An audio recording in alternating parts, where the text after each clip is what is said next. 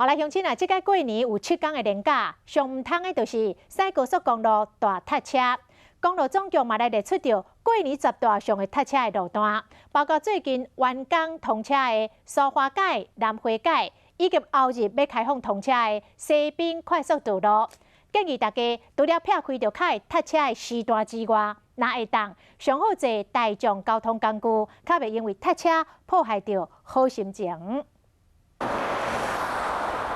要过年啊，有真侪人开始计划要安怎转去，啊，若拄到即款情形，时速较无50公里，塞伫半路，心情一定会受到影响。就讲大家会塞车，公路总局提醒，最近完工通车的第9号线苏花改、第9号线南花改，甲第61号线西滨快速道路，将有10大塞车的路段，敢若苏花改就有7位，包括国道5号到所有市区的路段。 东澳新旧线、强线的路段，南澳市区路段，另外像中正隧道北口、仁水隧道的南口、中德上北的路段，嘛拢真够塞车。